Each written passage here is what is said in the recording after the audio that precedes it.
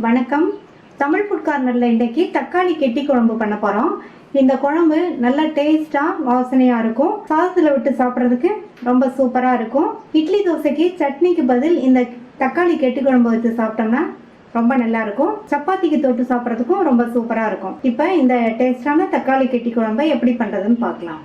இந்த பேனில் 1 table spoon எண்ணெய் சேர்த்து, எண்ணெய் சூடானதும் அதில் 1 டீஸ்பூன் சோம்பு, 1 டீஸ்பூன் சீரகம், 1 டீஸ்பூன் கடலைப்பருப்பு, 1/2 டீஸ்பூன் மிளகு, 2 டீஸ்பூன் கொத்தமல்லி விதை, கூடவே 3 காஞ்ச மிளகாவையும் சேர்த்து நிதானமான தீயில வச்சு இதை நல்லா வறுத்துக்கணும். எல்லாமே நல்லா வறுபட்டுருச்சு. இப்போ இது கூட 2 டேபிள் ஸ்பூன் தேங்காய் துருவலை சேர்த்துட்டு,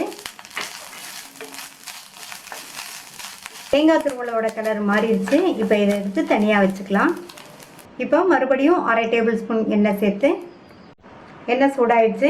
5 மீடியம் சைஸ் தக்காளி பழம், இது 200 கிராம் இருக்கும். இதை இந்த மாதிரி சைஸ்க்கு கட் பண்ணிவிட்டு இதில் சேர்த்துக்கலாம். இந்த தக்காளி நல்லா வதங்கி வரணும், மசிய வேண்டியதில்லை, நல்லா வதங்கி மட்டும் வந்தால் போதும். தக்காளியும் நல்லா வதங்கிடுச்சு. இதை இறக்கி வச்சு ஆற வச்சிடலாம். ஃபஸ்ட்டு வறுத்ததெல்லாம் ஆறிடுச்சு. இதை மிக்ஸி ஜாரில் சேர்த்துட்டு, அடுத்து வதக்கி வச்ச தக்காளியையும் சேர்த்துட்டு, தண்ணி எதுவும் சேர்க்காம நல்லா நைஸாக அரைச்சிக்கலாம். இந்த பேனில் 2 டேபிள் ஸ்பூன் எண்ணெய் சேர்த்துக்கோங்க. இந்த குழம்புக்கு கொஞ்சம் எண்ணெய் அதிகமாக இருந்தால் தான் நல்லாயிருக்கும். எண்ணெய் சூடானதும் அதில் 1/2 டீஸ்பூன் சோம்பு, 2 சின்ன பீஸ் பட்டை, 2 கிராம்பு, 1 பிரிஞ்சி இலை, இந்த ஸ்பைசஸ்லாம் நல்லா எண்ணெயிலேயே பொரிய விட்டுறணும். இப்போ நல்லா பொரிஞ்சு வாசனை வந்துடுச்சு. கருவேப்பிலை சேர்த்துக்கலாம். அடுத்து 5 பெரிய சைஸ் பூண்டை தட்டி சேர்த்துக்கோங்க. இந்த பூண்டும் கொஞ்சம் வதங்கணும். பூண்டு வதங்கினதுக்கப்புறமா 10-12 சின்ன வெங்காயத்தை நல்லா பொடியாக கட் பண்ணி வச்சுருக்கேன். இந்த வெங்காயத்தை சேர்த்துக்கலாம். இது மாதிரி சின்ன வெங்காயம் இருந்தால் சேர்த்துக்கோங்க, அல்லது ஒரு மீடியம் சைஸ் பெரிய வெங்காயத்தை கட் பண்ணி சேர்த்துக்கோங்க. இந்த வெங்காயமும் ஓரளவு நல்லா வதங்கி வரணும். இதையெல்லாம் வதக்கும் போது தீயை நிதானமாக வச்சு வதக்கிக்கோங்க. இப்போ வெங்காயம் ஓரளவு வதங்கியிருக்கு. நம்ம அரைச்சி அந்த விழுதை சேர்த்துக்கலாம். தக்காளி விழுது சேர்த்துட்டு தண்ணி எதுவும் சேர்க்காம இதை 2 நிமிஷத்துக்கு வதக்கி விட்டுக்கணும்.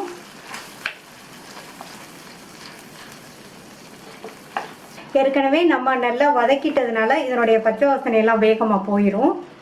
இதில் 1/4 டீஸ்பூன் மஞ்சள் தூள், 1/2 டீஸ்பூன் தனி மிளகாத்தூள், 1/4 டீஸ்பூன் கரம் மசாலா தூள், இந்த குழம்புக்கு தேவையான அளவு உப்பையும் சேர்த்துடலாம். சேர்த்துட்டு மறுபடியும் நல்லா மிக்ஸ் பண்ணி விட்டுட்டு, மசாலா தூளோட பச்சை வாசனை எல்லாம் போயிடுச்சு. ஓரங்கள்லாம் நல்லா எண்ணெய் பிரிஞ்சு வந்துடுச்சு. இப்போ இதில் தண்ணி சேர்க்கணும். தண்ணி சூடான தண்ணி சேர்த்திங்கன்னா இந்த கெட்டி குழம்புக்கு நல்லாயிருக்கும். நான் நல்ல சூடான தண்ணி 1 கப் தண்ணி சேர்க்குறேன்.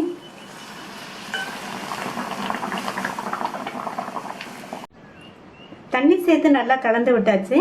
இது நல்லா ஒரு தடவை கொதிச்சு வரட்டும். குழம்பு நல்லா கொதிக்குது. இப்போ மூடி போட்டு ஸ்டவ்வை சிம்மில் வச்சுருங்க. ஒரு 10 நிமிஷத்துக்கு அப்படியே இருக்கட்டும்.